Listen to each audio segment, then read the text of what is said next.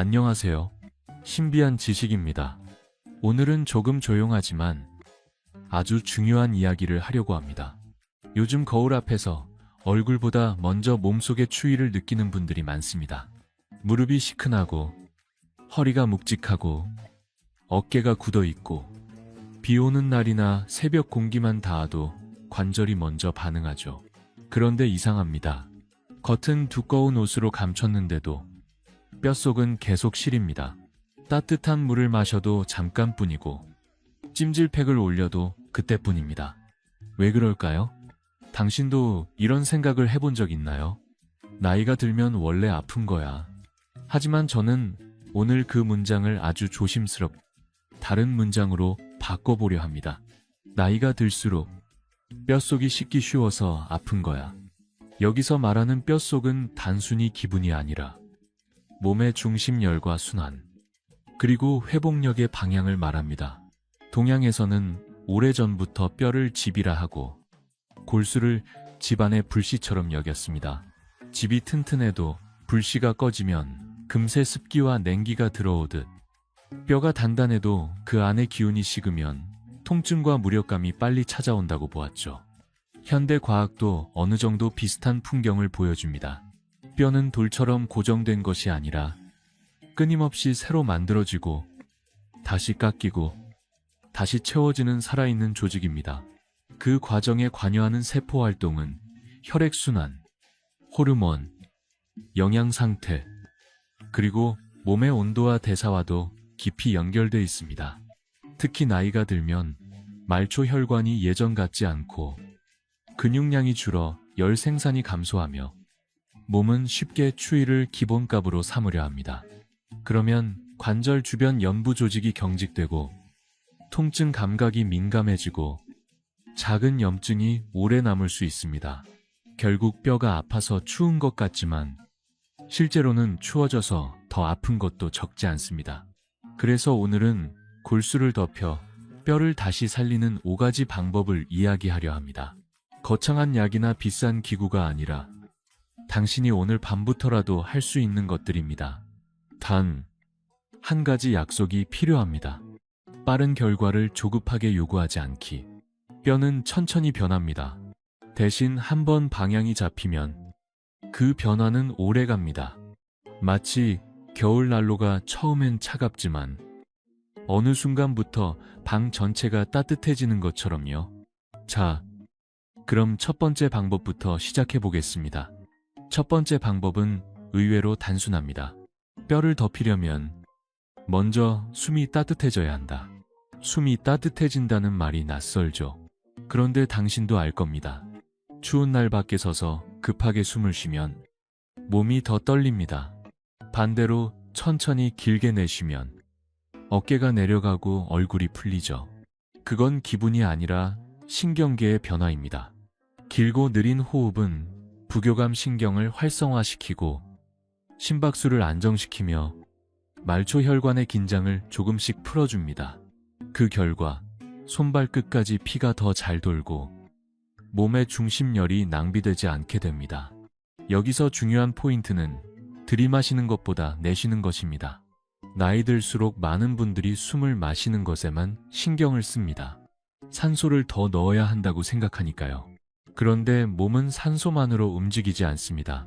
이산화탄소가 적절히 유지되어야 혈관이 자연스럽게 확장되고 산소가 조직으로 잘 전달되는 환경이 만들어집니다.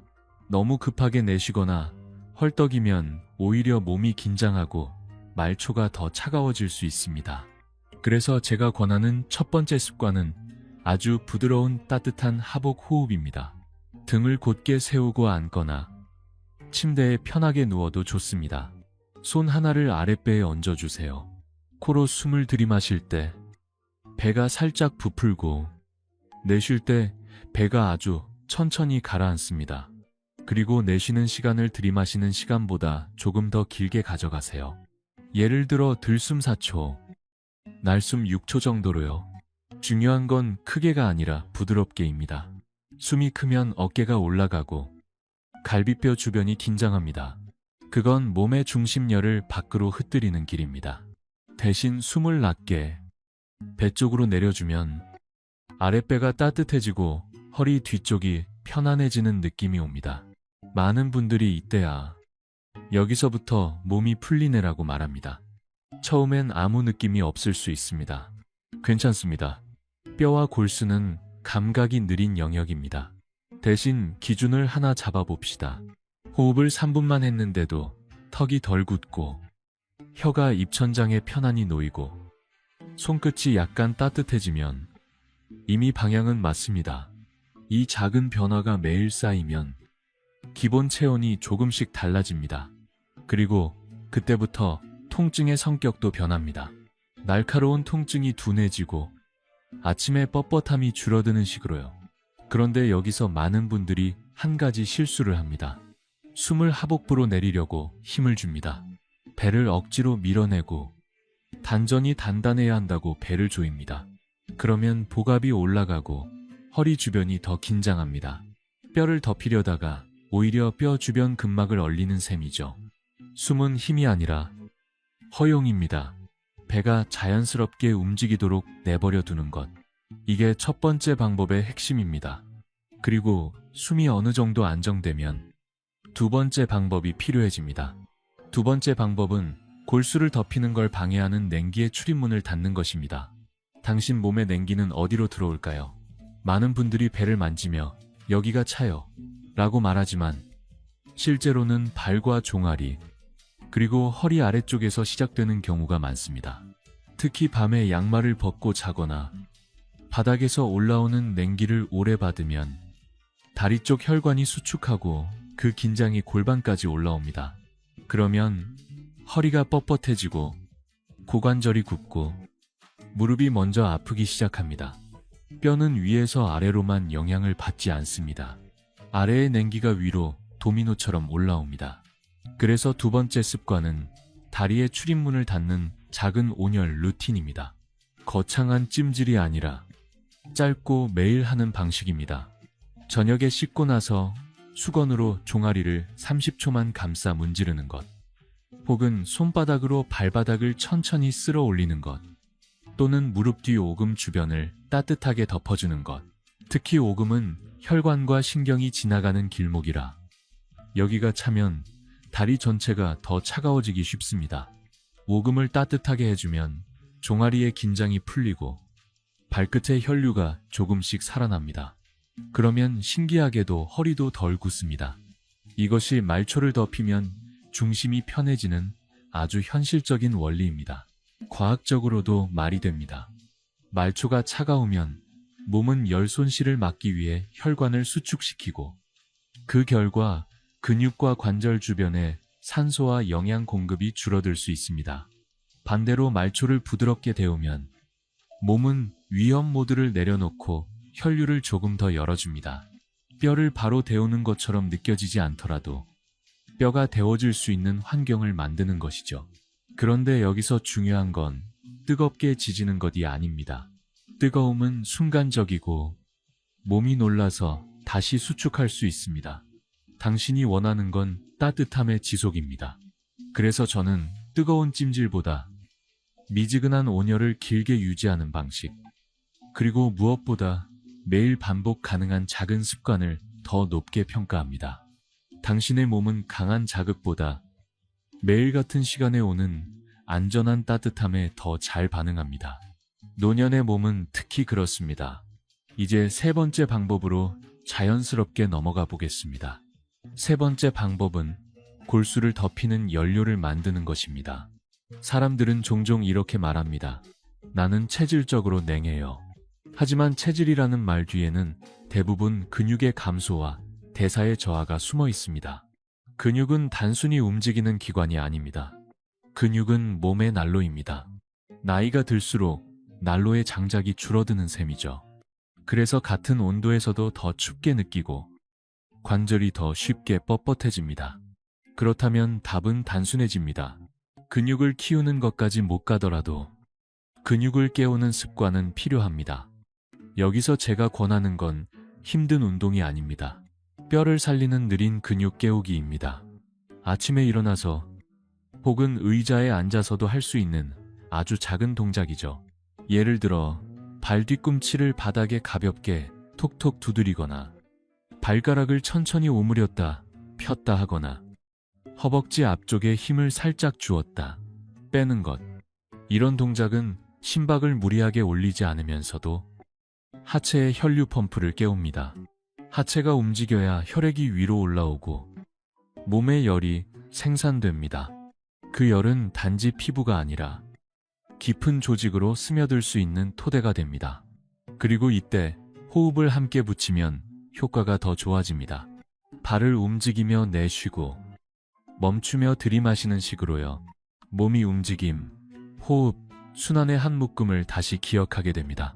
젊을 때는 자연스럽던 묶음이 나이 들면서 하나씩 분리됩니다. 숨은 숨대로, 움직임은 움직임대로. 그러니 순환이 끊기고 열이 흩어지고 뼛속이 더 차가워지는 겁니다. 오늘 8T1에서 당신이 기억할 것은 크게 세 가지입니다. 숨을 낮게 내려 따뜻하게 만들 것, 다리의 냉기 출입문을 닫을 것, 그리고 근육 난로를 억지로 키우기보다 먼저 깨울 것. 이 세 가지는 서로 다른 듯하지만 사실 한 줄로 이어져 있습니다.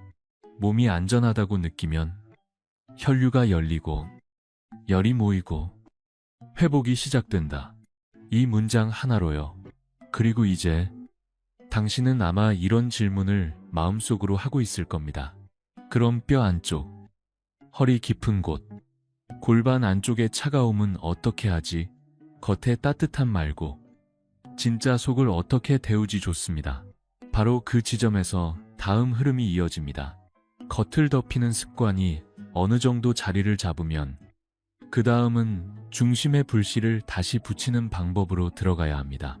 아주 조용하지만 효과는 깊은 방식으로요. 당신이 지금까지 했던 것들은 사실 몸에게 한 가지 메시지를 보내는 연습이었습니다.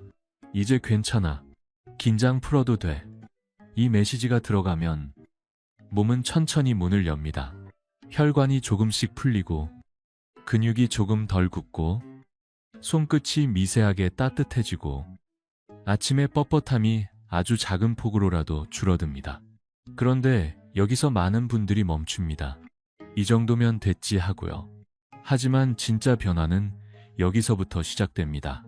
왜냐하면 뼛속이 차가워지는 문제는 단순히 추운 공기 때문만이 아니라 몸의 중심이 오래도록 꺼져 있었기 때문일 때가 많거든요.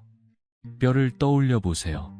뼈는 단단하지만 그 안에는 길이 있고 그 길로 혈액이 다니고 영양이 드나들고 회복의 재료가 들어옵니다.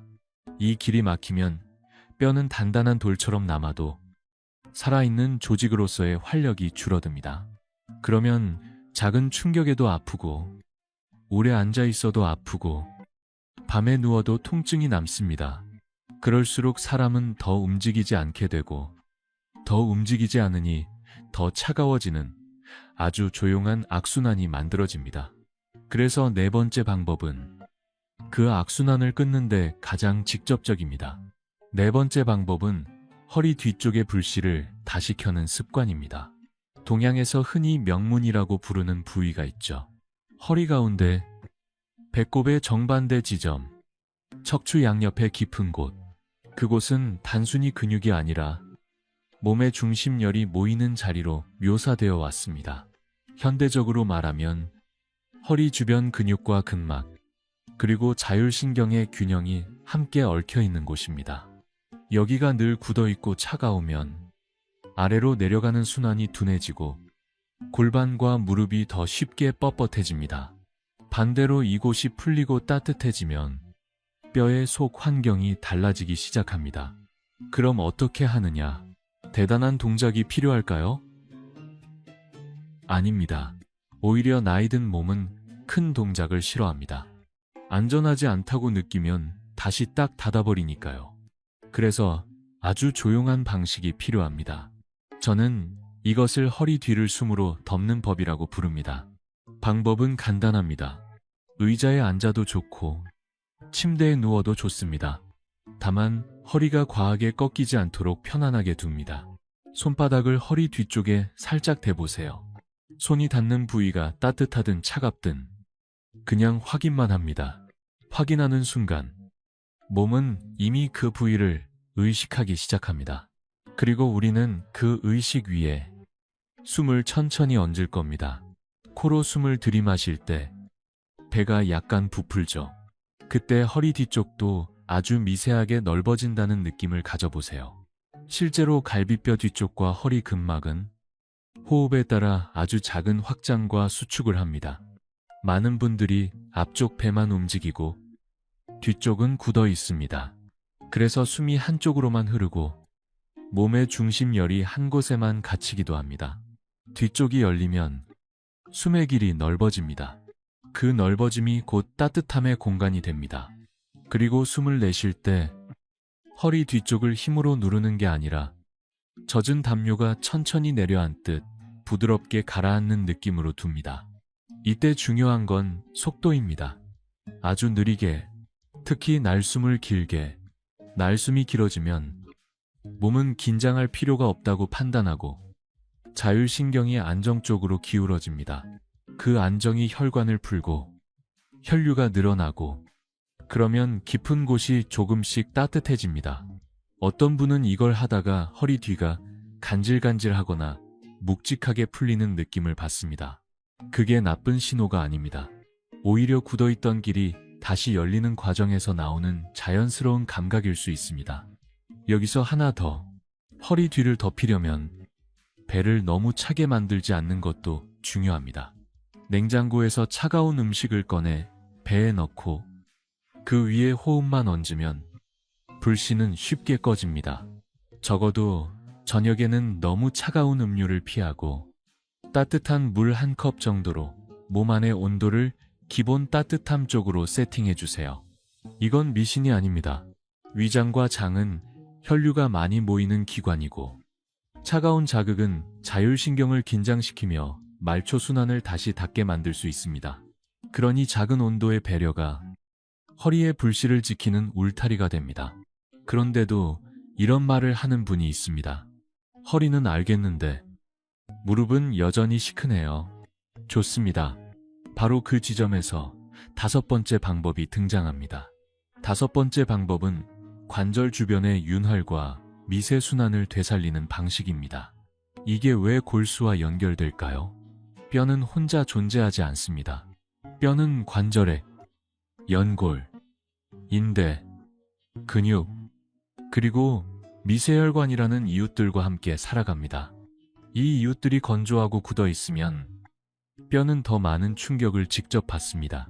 그러면 통증은 깊어지고 움직임은 줄어들고 결과적으로 뼈의 대사도 더 둔해질 수 있습니다. 우리는 여기서 아주 현실적인 습관을 하나 만들 겁니다. 아픈 곳을 세게 풀지 말고 주변을 먼저 부드럽게 적신다.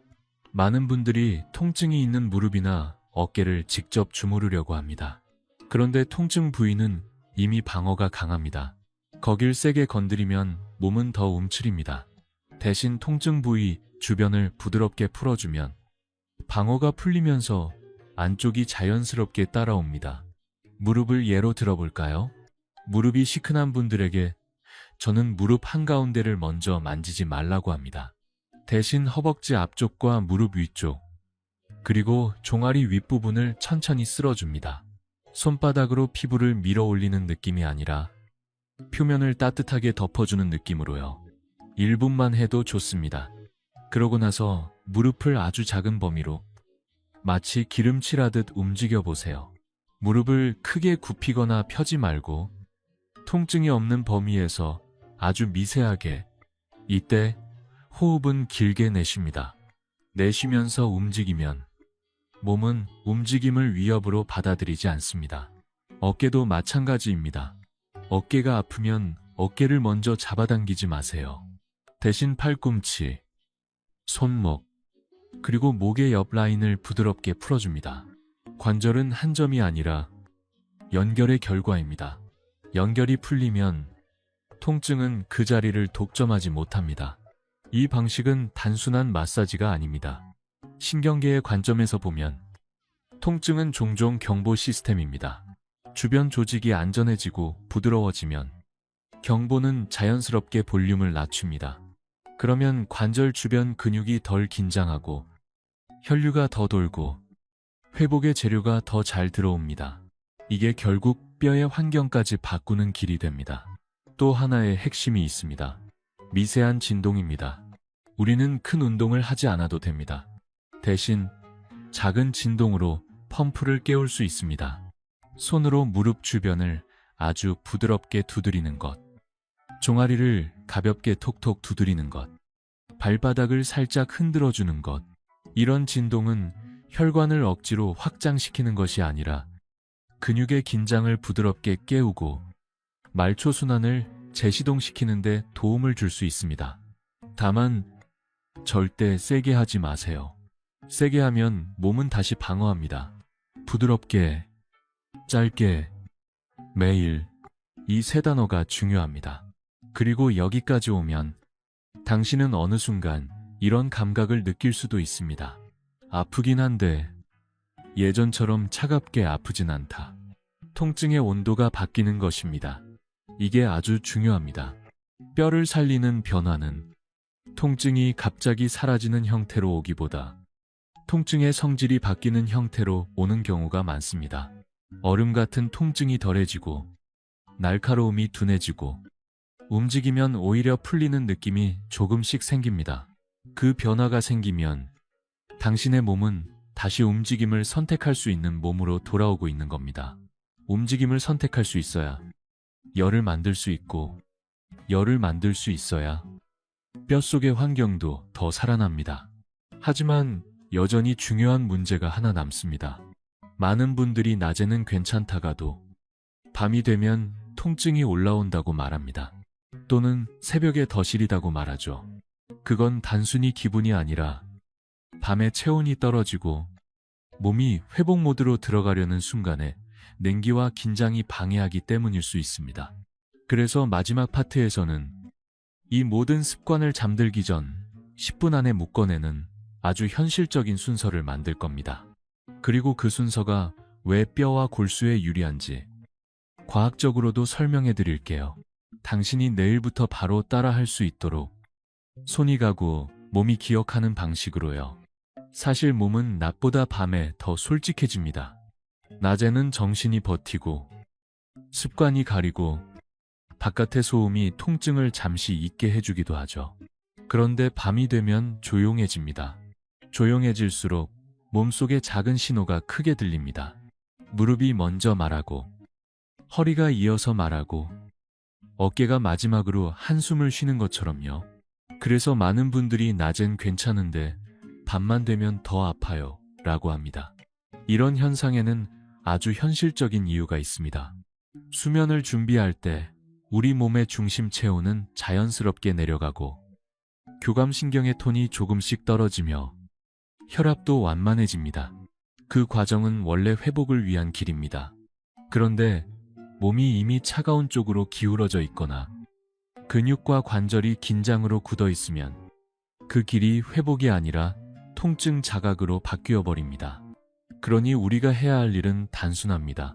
밤이 당신을 차갑게 만들기 전에 밤을 회복의 편으로 돌려놓는 것. 바로 그걸 위해 잠들기 전 10분 루틴이 필요합니다. 여기서 중요한 건 강한 의지로 하는 루틴이 아닙니다. 당신이 피곤한 날에도 할 수 있어야 합니다. 아픈 날에도 할 수 있어야 합니다. 그래서 저는 이 루틴을 작고 따뜻하고 반복 가능한 순서로 만들겠습니다. 오늘 밤부터 해도 됩니다. 먼저 침대에 눕기 전에 혹은 침대에 누운 채로 해도 좋은 첫 단계가 있습니다. 손바닥을 서로 비비세요. 아주 세게가 아니라 마찰이 살짝 따뜻하다 느껴질 정도면 충분합니다. 그리고 그 손을 아랫배 위에 얹습니다. 이 장면이 단순한 의식처럼 보일 수도 있습니다. 하지만 몸은 접촉을 통해 안전 신호를 받아들입니다. 피부의 감각 수용체는 뇌로 정보를 보내고 뇌는 자율신경의 톤을 조절합니다. 따뜻한 손이 배 위에 올라가면 숨이 깊어지기 쉬워지고 긴장이 조금 낮아집니다. 결국 이 간단한 행동이 호흡을 위한 문을 열어주는 겁니다. 그 다음은 숨입니다. 하지만 숨을 훈련하듯 하지 마세요. 오늘은 몸을 설득하는 시간입니다. 코로 4초 들이마시고 입술을 살짝 모아 6, 8초 내쉬어 봅니다. 아주 길게 내쉬는 동안 배가 천천히 내려가죠. 그때 당신은 몸에게 이렇게 말해주면 됩니다. 오늘은 여기까지 와준 것만으로도 충분해. 이 말이 이상하게 들릴 수도 있지만 노년의 몸은 명령보다 인정에 더 잘 풀립니다. 통증이 있는 몸은 늘 방어를 하고 있으니까요. 방어를 풀려면 먼저 허락이 필요합니다. 숨을 7번만 반복해도 됩니다. 딱 7번. 여기서 중요한 것은 개수가 아니라 내쉬는 동안 어깨가 내려가는지, 턱이 풀리는지, 혀가 편해지는지입니다. 이 세 가지가 풀리면 몸의 중심부 긴장이 내려갑니다. 중심부 긴장이 내려가면 허리 뒤쪽도 조금씩 열립니다. 그리고 허리 뒤쪽이 열릴수록 뼛속 난로는 켜질 준비를 합니다. 이제 두 번째 단계로 넘어갑니다. 오금과 발을 다루는 단계입니다. 왜 하필 오금과 발일까요? 밤에 통증이 심한 분들의 몸을 보면 다리 아래쪽이 유난히 차가운 경우가 많습니다. 다리는 몸의 가장 먼 곳이고 가장 먼저 냉기에 노출되는 곳이죠. 게다가 다리는 펌프 역할을 합니다. 다리가 굳으면 혈액이 위로 올라오는 길이 둔해지고 허리와 무릎이 더 쉽게 뻣뻣해집니다. 방법은 간단합니다. 무릎 뒤 오금을 손바닥으로 덮고 20초만 가만히 둡니다. 왼쪽, 오른쪽 번갈아. 그 다음 발바닥을 손으로 천천히 쓸어주세요. 발바닥 가운데를 강하게 누르지 말고 발가락 쪽으로 밀어 올린다는 느낌으로요. 이때 호흡은 길게 내쉽니다. 내쉬면서 쓸어주면 신경계가 그 감각을 휴식으로 분류하기 쉽습니다. 그러면 다리 혈관이 미세하게 풀리고 종아리의 경직이 줄어듭니다. 그리고 바로 다음 단계가 중요합니다. 허리 뒤에 불씨를 켜는 단계. 즉, 네 번째 방법을 밤 루틴에 포함시키는 방식입니다. 당신이 누워 있다면 무릎 아래에 얇은 쿠션이나 접은 수건을 하나 넣어보세요. 무릎이 아주 살짝 굽혀지면 허리의 곽인장이 풀립니다. 그 상태에서 손을 허리 뒤쪽에 살짝 대고 숨을 들이마실 때 허리 뒤가 아주 미세하게 넓어진다는 느낌을 가져봅니다. 그냥 상상해도 됩니다. 실제로 조금씩 움직입니다. 그리고 내쉴 때는 허리 뒤를 바닥으로 눌러붙이는 느낌이 아니라 따뜻한 공기가 천천히 가라앉아 자리 잡는다는 느낌으로 둡니다. 여기서 사람들은 자주 묻습니다. 이게 정말 뼈에 도움이 돼요? 직접적으로는 뼈를 만지는 것도 아니고 골수를 만지는 것도 아니죠. 하지만 뼈가 회복되려면 환경이 필요합니다.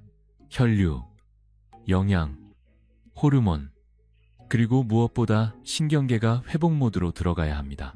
밤에 교감신경이 계속 높으면 몸은 계속 싸울 준비를 하고 있게 됩니다. 싸울 준비를 하는 몸은 깊은 회복을 하지 못합니다. 반대로 부교감이 살아나면 근육은 풀리고 말초 혈관은 열리고 조직의 산소 이용이 효율적으로 바뀌며 통증 감각도 완만해질 수 있습니다. 이 변화는 하루 이틀의 결과로 보이진 않더라도 한 달 뒤에는 기본 상태로 드러날 때가 많습니다. 이제 마지막 단계가 남았습니다. 다섯 번째 방법. 관절 주변 윤활과 미세 순환을 아주 작은 움직임으로 완성하는 단계입니다. 누운 상태에서 발목을 크게 돌리지 마세요. 대신 발끝을 아주 미세하게 당겼다 놓고 손가락을 오므렸다 펴는 정도로만 합니다. 그러면서 무릎을 일시에만 움직인다는 느낌으로 아주 작은 범위에서 굽혔다 펴봅니다. 통증이 오지 않는 범위에서요. 여기서 욕심을 내면 안 됩니다. 우리는 운동을 하는 게 아닙니다. 관절에 움직여도 안전하다는 메시지를 주는 것입니다. 이 메시지가 들어가면 관절 주변 근육에 불필요한 경직이 내려가고 관절액이 조금 더 잘 순환하며 다음날 아침에 뻣뻣함이 줄어들 수 있습니다. 특히 무릎과 고관절은 움직임의 윤활이 중요합니다. 아예 움직이지 않으면 더 굳고 과하게 움직이면 더 아프죠. 그러니 가장 좋은 건 미세한 움직임으로 문을 열어두는 것입니다. 그렇게 10분을 마치고 나면 당신은 아마도 이런 상태에 가까워질 겁니다. 통증이 완전히 없어지지 않아도 몸이 덜 겁을 먹은 상태, 뼛속이 갑자기 뜨거워지지 않아도 적어도 차가움이 덜 날카롭게 느껴지는 상태. 이게 정말 중요합니다. 노년의 회복은 없던 것을 갑자기 만들기가 아니라 닫혀있던 것을 천천히 다시 여는 것에 가깝습니다. 그리고 이 루틴이 자리를 잡으면 낮에도 달라집니다. 아침에 일어날 때 무릎이 덜 딱딱하고 허리가 덜 굳고 손끝이 조금 덜 차갑습니다. 그 작은 변화가 쌓이면 당신은 다시 걷고 싶어지고 다시 움직이고 싶어지고 다시 숨을 깊게 쉬고 싶어집니다. 그때부터는 뼈가 단지 아픈 곳이 아니라 다시 살아나는 곳이 됩니다. 이제 남은 건 하나입니다. 이 모든 것을 하루의 리듬 속에 아주 자연스럽게 끼워 넣는 방법. 그리고 사람들이 가장 많이 실수하는 지점, 따뜻하게 하려다가 오히려 더 차갑게 만드는 습관들을 정리해 주는 것입니다. 당신이 오래 해오던 방식이 틀렸다고 비난하기 위해서가 아니라 내일부터 더 편해지기 위해서요. 당신이 여기까지 따라왔다면 이미 아주 중요한 사실 하나를 몸이 기억하기 시작했을 겁니다. 따뜻함은 감각이기도 하지만 사실은 질서라는 것. 숨이 정돈되고 혈류가 조금 열리고 근육이 조금 풀리고 관절이 덜 겁을 먹으면 따뜻함은 어느 날 갑자기 찾아오는 선물이 아니라 제자리를 되찾는 상태가 됩니다. 그런데 여기서 갈림길이 생깁니다. 이제부터 어떤 분들은 더 편해지고 어떤 분들은 다시 예전으로 돌아갑니다. 차이는 능력이 아닙니다. 나이도 아닙니다. 그 차이는 딱 하나. 따뜻함을 만드는 사람의 리듬을 갖느냐, 아니면 따뜻함을 빼앗는 습관을 계속 품고 있느냐입니다. 우선 따뜻함을 빼앗는 습관부터 조용히 짚어볼게요. 비난하려는 게 아닙니다. 대부분은 선의로 하는 행동이거든요. 그런데 몸은 선의만으로 움직이지 않습니다. 몸은 결과로 반응합니다. 첫 번째 실수는 아픈 곳을 갑자기 뜨겁게 지지는 겁니다. 뜨거운 찜질팩을 아주 높은 온도로 올리고 시원하다라고 느끼는 순간이 있죠. 그런데 그 시원함 뒤에 종종 더 큰 수축이 옵니다. 피부는 뜨거움을 잠깐 즐기지만 깊은 근육과 혈관은 놀라서 오히려 긴장할 수 있습니다. 특히 노년의 혈관은 젊을 때보다 탄력의 여유가 적습니다. 그래서 저는 뜨거운 자극을 짧게 쓰기보다 미지근한 따뜻함을 오래 유지하는 쪽을 권합니다. 뜨거움은 일시적이고 따뜻함은 지속적입니다. 골수를 덮이는 건 뜨거움이 아니라 따뜻함입니다. 두 번째 실수는 숨을 내리려다가 배를 단단히 조이는 겁니다. 단전이라는 말을 듣고 어떤 분들은 배를 단단히 만들어야 한다고 생각합니다. 하지만 배를 조이면 횡격막의 움직임이 제한되고 호흡은 얕아지며 허리 주변은 더 뻣뻣해집니다. 그러면 허리 뒤 불씨는 켜지지 않습니다. 오히려 더 꺼집니다. 당신이 해야 하는 건 강한 단전이 아니라 부드러운 하복입니다. 힘이 아니라 허용, 긴장이 아니라 여유.